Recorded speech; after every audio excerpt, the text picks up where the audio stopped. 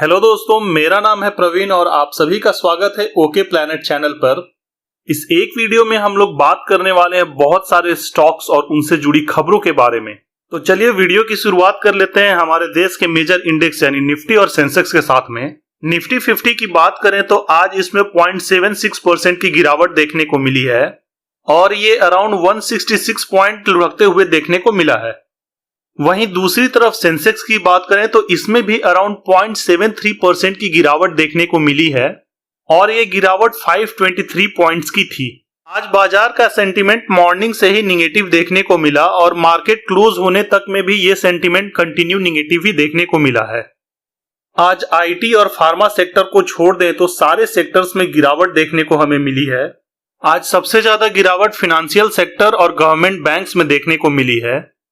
और वैसे भी इस चार्ट से अगर आप देखें तो हमारे इंडाइसिस में सबसे ज्यादा वेटेज फाइनेंशियल सेक्टर का होता है और जब भी फाइनेंशियल सेक्टर यानी फाइनेंशियल सर्विसेज में रेड दिखने को मिलता है यानी उसमें गिरावट होती है तो हमारा मार्केट भी निगेटिव हो जाता है। और वेटेज वाइज बात करें तो थर्ड नंबर के सबसे बड़े सेक्टर यानी ऑयल और गैस सेक्टर की, तो इसमें भी आज भारी गिरावट देखने को मिली है, यानी इस सेक्टर में भी आज भारी पिटाई देखने को हमें मिली है। सेक्टर वाइज अगर हम नजर डालें तो फाइनेंशियल सर्विसेज सेक्टर में आज अराउंड 1.41% गिरावट देखने को हमें मिली है। और जैसा कि हम इस चार्ट से देख सकते हैं कि फाइनेंशियल सर्विसेज सेक्टर का हमारे इंडाइसिस पे ऑलमोस्ट 33% का वेटेज है, तो यही रीजन है कि हमारे इंडेक्स में प्रेशर बिल्ट होते हुए देखने को मिला है। वहीं दूसरी तरफ सेकेंड नंबर के हैवी वेट सेक्टर की बात करें यानी इंफॉर्मेशन टेक्नोलॉजी सेक्टर की, तो इसमें 0.79% की तेजी देखने को मिली। आईटी यानी आईटी इंडेक्स ने समहाउ हमारे मार्केट को ऊपर उठाने की कोशिश की, बट फाइनेंशियल सर्विसेज का प्रेशर इतना ज्यादा था कि हमारा इंडेक्स अराउंड 0.7% नीचे गिरते देखने को मिला है। अगर आईटी सेक्टर में भी प्रेशर देखने को मिलता तो शायद हमारा निफ्टी और भी ज्यादा डाउन हो सकता था और इसमें ये गिरावट अराउंड 1 से 1.5% की देखने को मिल सकती थी। थर्ड नंबर के हैवी वेट सेक्टर यानी ऑयल एंड गैस सेक्टर की बात करें तो इसमें अराउंड -2.62% की गिरावट देखने को मिली है। मेजर सेक्टर्स की स्टडी से ये समझ में आता है कि आईटी इंडेक्स को छोड़ के और सारे इंडेक्स यानी जिसमें सबसे ज्यादा वेटेज है खास करके फाइनेंशियल सर्विसेज और ऑयल एंड गैस सेक्टर ने हमारे मार्केट को सपोर्ट नहीं किया है, जिसकी वजह से निफ्टी और सेंसेक्स में गिरावट देखने को मिल रही है। और जैसा कि स्टार्टिंग में ही हमने स्टडी किया कि आज के दिन ओनली आईटी और फार्मा सेक्टर ने मार्केट को सपोर्ट करने की कोशिश की है, यानी मार्केट को ऊपर ले जाने की कोशिश की है। जैसे कि फार्मा से बिलोंग करने वाली डॉक्टर रेड्डीज में आज 2.6% की तेजी देखने को मिली है। अपोलो हॉस्पिटल में भी 2.6% की तेजी देखने को मिली। डिविस लैब में भी 2.2% की तेजी देखने को मिली। विप्रो में 2.18% की तेजी देखने को मिल रही है। एचसीएल टेक में 1.7% की तेजी देखने को मिल रही है। ये स्टॉक्स आज के टॉप गेनर थे निफ्टी 50 के। और आज के टॉप लूजर की बात करें तो कोल इंडिया जिसमें 4.8% की गिरावट देखने को मिली। हीरो मोटोकॉर्प जिसमें भी 4% की गिरावट देखने को मिली। बीपीसीएल में भी ऑलमोस्ट 4% की गिरावट देखने को मिल रही है। ओएनजीसी में 3.66% की गिरावट देखने को मिली। टाटा स्टील जिसमें 2.69% की गिरावट देखने को मिली। वैसे ही एनटीपीसी की बात करें जिसने पिछले कुछ महीनों में अच्छी खासी रैली दिखाई थी, इसमें 2.66% की गिरावट देखने को मिली। एसबीआई बैंक की बात करें में भी आज 2.5% की गिरावट देखने को मिल रही है। इंडस बैंक इसमें भी 2.2% की गिरावट देखने को मिली। आईटीसी में भी 2% की गिरावट देखने को मिली। ओवरऑल अगर बात करें तो आज कोई भी ऐसे बैंकिंग सेक्टर के स्टॉक्स नहीं थे जिसमें गिरावट देखने को नहीं मिली हो। वैसे देखा जाए तो इंडेक्स में ये गिरावट तो बहुत ही मामूली सी देखने को मिल रही है, पर जिनके पास स्मॉल कैप या मिड कैप के स्टॉक्स होंगे उनका आज पोर्टफोलियो तो बहुत ही ज्यादा रेड देखने को मिल रहा होगा, क्योंकि आज खास करके पिटाई मिड कैप स्मॉल कैप में देखने को मिली है और उसमें भी खास करके पीएसयू सेक्टर्स में तो सबसे ज्यादा गिरावट देखने को मिली है। तो चलिए अब समझ लेते हैं कि ऐसे कौन से फैक्टर्स हैं जिसकी वजह से मार्केट में आज इतनी गिरावट देखने को मिल रही है। फर्स्ट फैक्टर की बात करें तो आज खास करके वो सारे सेक्टर्स जिसका वेटेज सबसे ज्यादा हमारे इंडाइसिस में है, उन सारे सेक्टर्स से हमें सपोर्ट देखने को नहीं मिला है, जिसकी वजह से आज मार्केट गिरते हुए देखने को मिला। सेकेंड फैक्टर की बात करें तो आज मिड कैप स्मॉल कैप में हैवी प्रॉफिट बुकिंग दिखाई देखने को मिली है। वैसे देखा जाए तो छोटे लेवल पे प्रॉफिट बुकिंग इंटरिम बजट खत्म होने के नेक्स्ट डे से ही स्टार्ट हो गई थी, बट आज कुछ ज्यादा ही अचानक से प्रॉफिट बुकिंग देखने को मिली है, खास करके पीएसयू सेक्टर्स में। वैसे भी जब कभी भी मार्केट छोटे समय में बहुत ज्यादा तेजी दिखाता है तो उसमें प्रॉफिट बुकिंग भी अचानक से और बहुत तेज होती है।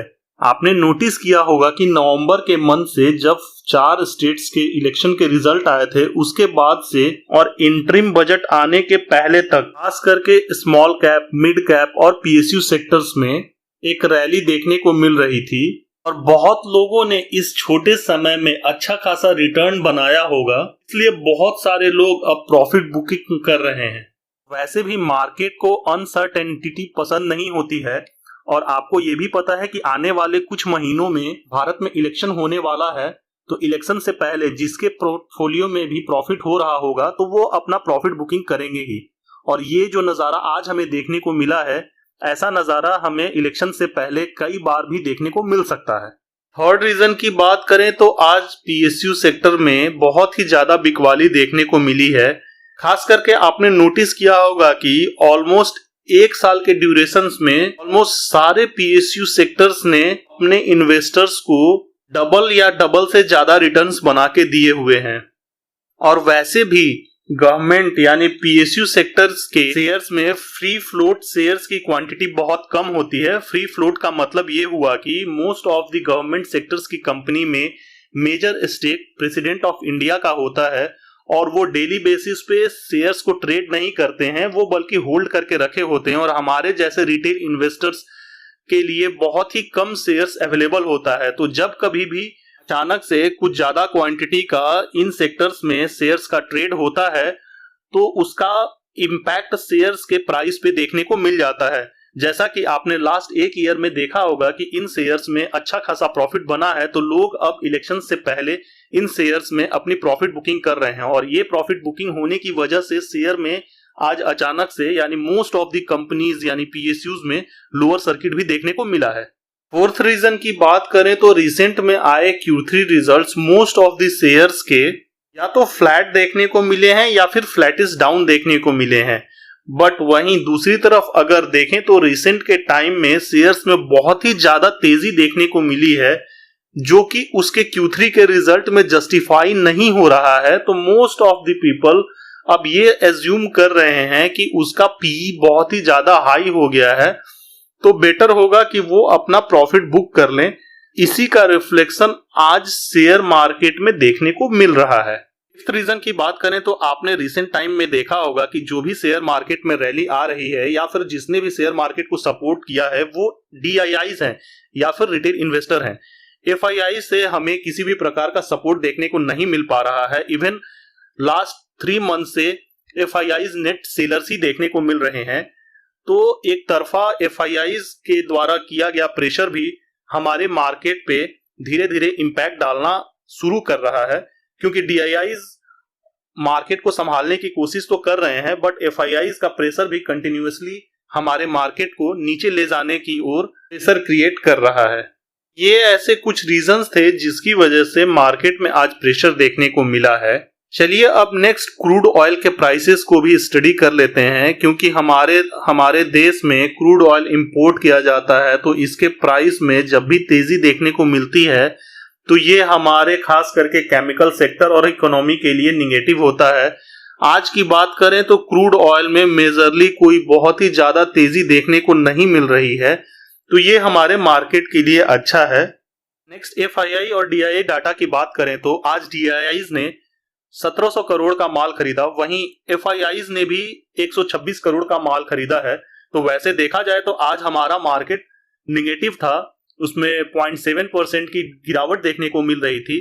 बट वहीं दूसरी तरफ FIIs और DIIs के डेटा को स्टडी करें तो इससे ये समझ में आता है कि हमारे मार्केट में FIIs और DIIs ने बहुत ही ज्यादा प्रेशर क्रिएट नहीं किया है, बल्कि ये जो गिरावट देखने को मिल रही है ये गिरावट हमारे यहाँ के रिटेल इन्वेस्टर्स के द्वारा की गई है।